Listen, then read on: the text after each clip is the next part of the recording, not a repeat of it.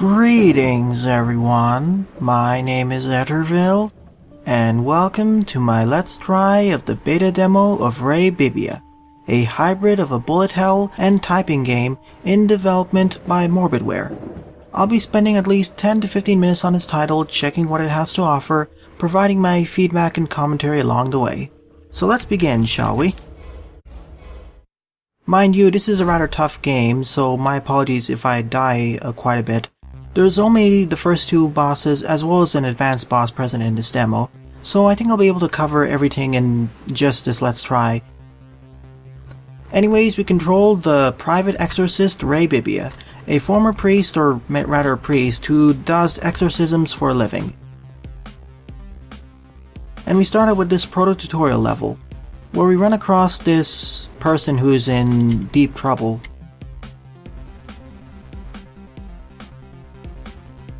One thing of note I would like to mention so far is that I do like the pixel art and pixel animations of this game. They're pretty neat, and they provide quite a bit of character to the scenarios, although this game does have quite a bit of a more morbid or dark sense of humor.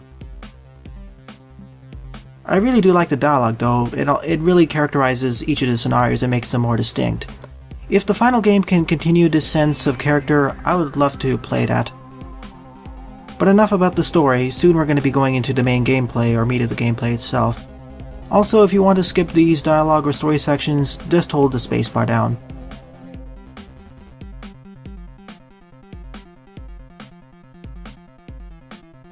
So essentially he's a mugger who wants to get more money for alcohol and other stuff.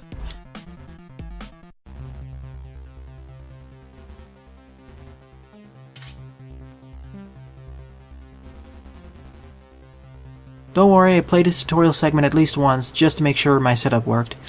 Recording this game was a little bit of a problem, mainly due to having to use DxWin in order to get it to record properly on OBS Studio. Unfortunately, the mugger didn't realize that we were actually Ray Bibbia. Now here's how you control. Use the arrow keys to move around, and in order to attack or do maneuvers on enemies, or even examine the environment, you need to type it in using your other hand. And you can see how crazy it gets later on. But of course you can't just run into enemies because they will launch you backwards and you'll drop your magic Bible. The Bible is what you use to attack enemies. So in this case, type in "shut up" and we'll fire 6 bullets at the enemy.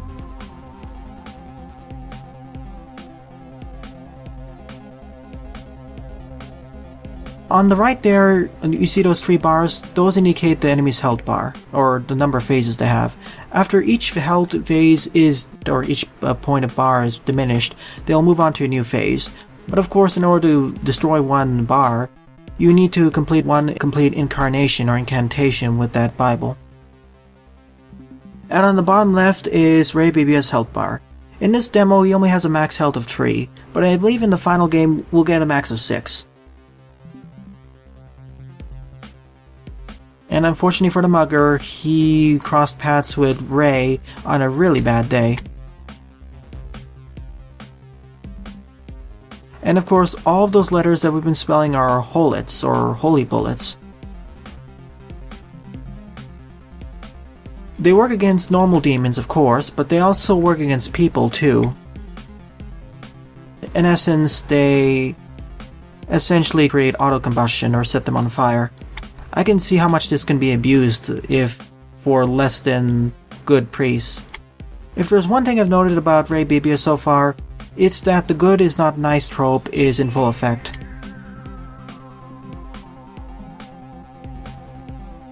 Alright, following that first phase, now the mugger will start attacking us. So, it's time to go into a more difficult one. For this starting segment, it's easy enough to dodge the enemies, after all it is a tutorial, but starting out from the second boss fight it's going to get a lot more difficult, especially with the third one in this demo. Because you have to split your attention between using the arrow keys to move around with your right hand, and then attacking the mugger or enemies and bosses with your left hand, which can be quite a problem when there's a lot of things happening on screen. I'll explain my strategy for fighting the bosses starting at the second boss fight. Another thing is that if you make a mistake with spelling your current word, what will end up happening is it'll delete one word. I'm spelling out soul here, S-O-U, but if I make a mistake, it'll actually delete the last word or last letter and have to respell it. But it only goes up to the current word, so it isn't too bad. But it gets a little bit problematic when there's a lot of frantic stuff happening on screen. And thus we defeated the first tutorial boss. And, well, apparently filling him with all those holets in those 3 phases was rather brutal, actually. Yeah, we completely destroyed the mugger, my goodness. That's a rather gory sight. And of course, if you want to interact with the environment, just type in what's on screen. In this case, look. Well, Ray, he's dead, so I don't think he'll be able to learn his lesson.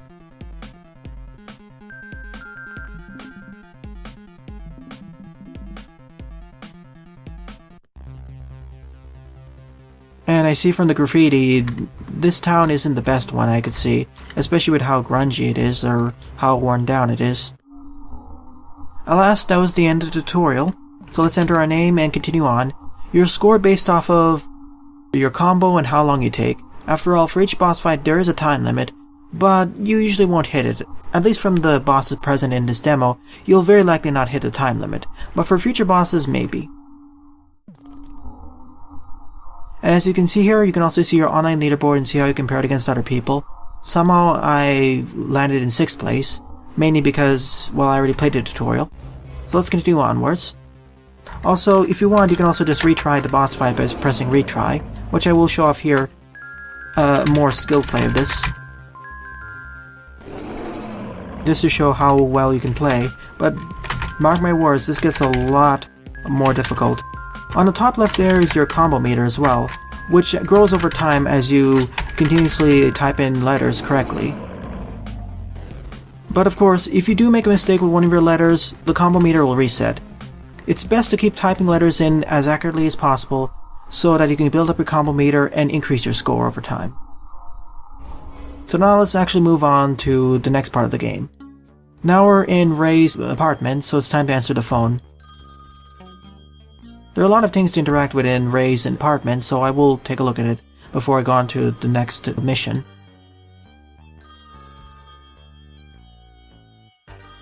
First of all, let's pick up the phone. Apparently someone's housemate is sick. But of course, it isn't the normal sickness. She's spitting flaming skulls everywhere, so she's essentially possessed by a demon. Of course, she's also floating, so might as well take care of her. Not to mention the puking must be acidic too, so I guess it's up to us to finish the job. After all, we have our private exorcist. I wonder if we're actually still part of the church or not. So over here you can review all of the stuff that's happened in-game. And over here you can also see what previous missions you did. Also, Ray, I don't think that's already forgiving him if he's already dead. Well, I guess redemption equals dead or something. So this will summarize all the missions or levels you went through. So the next mission will be at Appia Street. Before that though, let's take a look at all the other stuff in Ray's apartment.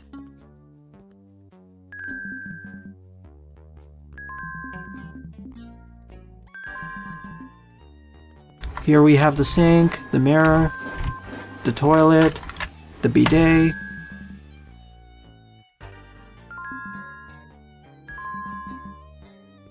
I can see why, especially because of how some of the missions can get rather messy, as evidenced by the previous mission how we brutally destroyed that mugger.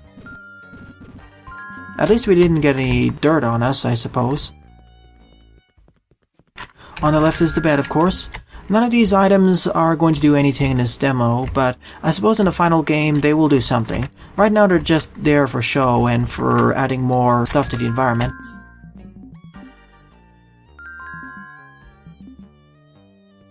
And some of the things you can interact with, they will give some new stuff, or give new text if you interact with them more than once.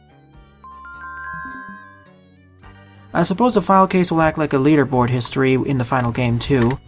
And last but not least, this thing. The Book of the Unholy. I believe it'll be a bestiary once the final game comes out. Nonetheless, we've explored Ray's apartment, so let's take a look here. Here's the mission select screen, or the roadmap. In order to reach your destination or choose a level, you actually need to type out the full name of it. Thankfully, all of the levels you went through are listed out in the journal, so if you forget, you can always go back there. Although I suppose there will be some extra secret missions in the final game that you have to enter in yourself or memorize. So, it's on to Appia Street. Time to go to our first boss fight that isn't a tutorial. As I said, there are two normal bosses in this demo, as well as a much more advanced boss who has a much large difficulty jump, which I will be taking care of hopefully there too. Another thing I really like about this game is the environment. It really gives us the feel that this city is a little bit shady and run down, especially with all the overgrown stuff, trash thrown around, the crooked stop signs, etc. I feel like the church here isn't really the most beneficial, it's a little bit corrupt, which may explain why Ray isn't officially affiliated with the church maybe. But I do enjoy the characters, especially expressed through the animations and the dialogue. Like before we had the mugger, now we have this rather panicky person who's yelling out everything. And it seems that Ray really likes ties or something.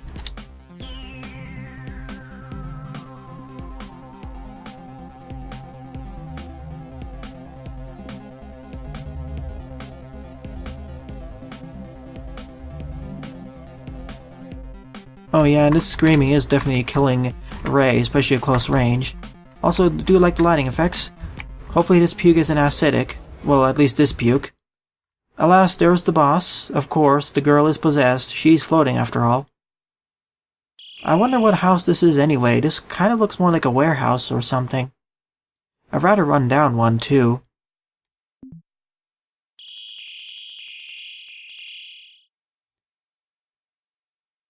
Guessing by what Ray did earlier to the mugger and how he reacted to it, I would second the motion that he isn't such a saint.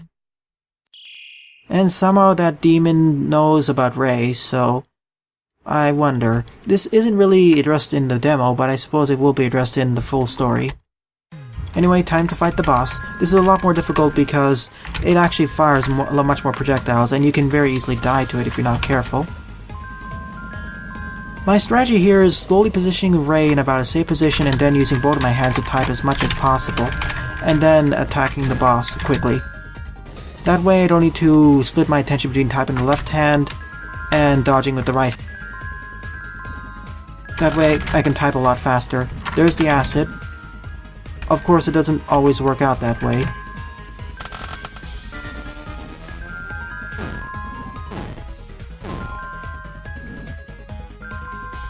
You may hear me furiously typing my keyboard. That's so I can do it quickly.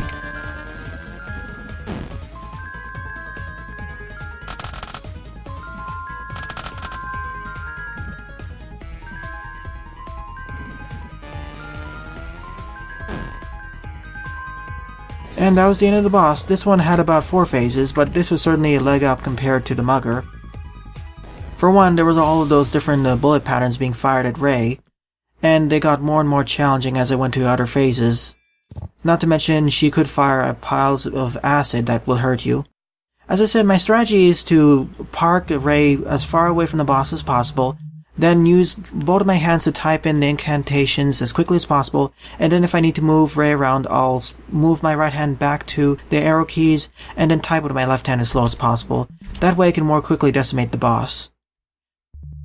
Well, not as slow as possible, but as quickly as I can do without making so many mistakes with typing. After all, with my left hand, I'll have problems typing the keys on the right hand of the keyboard. After all, my left hand is more experienced with typing on the left side. And apparently, this person isn't really a saint either because they hired her as a slave, yet they have all the documentation. That's illegal too. And apparently Ray didn't get paid for this either.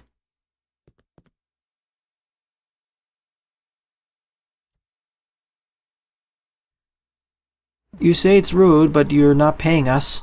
That is saying something. And wow, I got into second place. That's surprising. Only about 4,000 points off. I didn't expect to do it that well.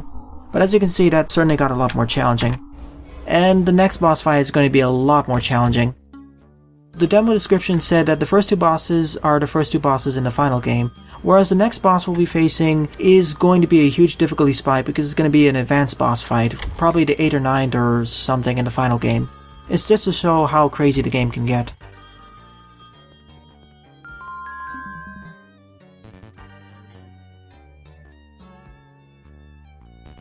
We finished the proto-tutorial, sure, the first one being for movement, the second one for...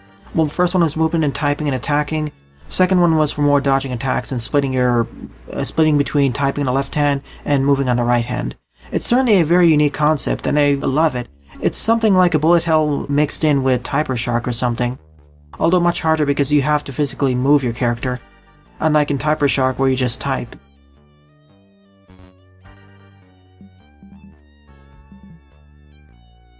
Nice reference to Mario as well.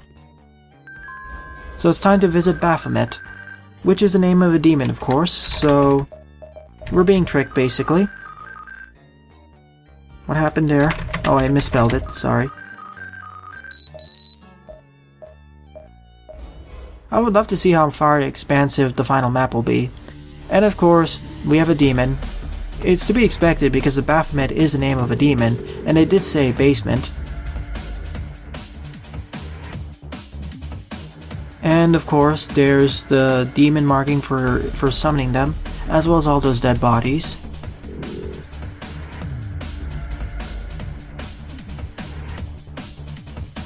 This game does have its own sense of morbid humor, as well as a little bit off-kilter, but it certainly makes it unique, and combined with the sprite animations being pretty expressive, as well as the nice dialogue, I quite enjoy this game. It's also certainly unique because of the combination of bullet hell and typing genres. You wouldn't see a combination of those normally, that's for sure. Alright, time to fight Baphomet, who is the hardest boss in this demo by far. Oh my goodness. When I tried playing against him, I died so many times, especially in the final phase. There are 6 phases in this boss fight, and you'll see why it becomes so difficult.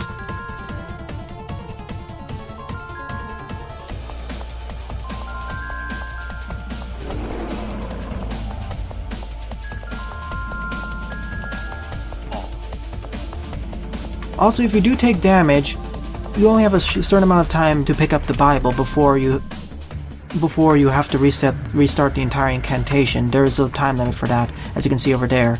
And the Bible acts like a shield for Ray, because if he takes a hit after he drops the Bible, after his invulnerability frames are off, he'll take a heart point of damage. And of course, if he runs out of hearts, well, it's game over. You have to repeat the entire segment over. Of course, the positioning of the Bible can be a little bit problematic too, meaning that's quite hard to get sometimes. Thankfully, the boss does let up after a while, which I do appreciate. But of course, sometimes the Bible can be sent so far away it's hard to get it back.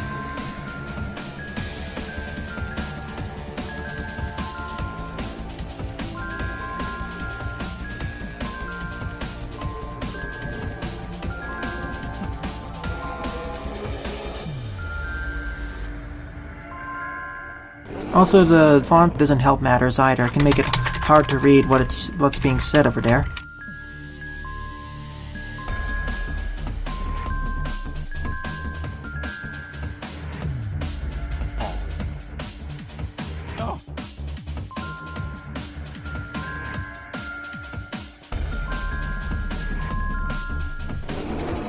Alright, for the final phase, I'll kind of cheese the boss a bit and run over here. As long as I stand over here, my Bible will be sent flying against the wall and back into me, so I'm basically immortal here. If I don't stand over here, well, I can't defeat the boss. He's just too difficult for me. And I tried at least a dozen times. But by standing here, even though I get my combo meter reset all the time, at least I can defeat the boss for once.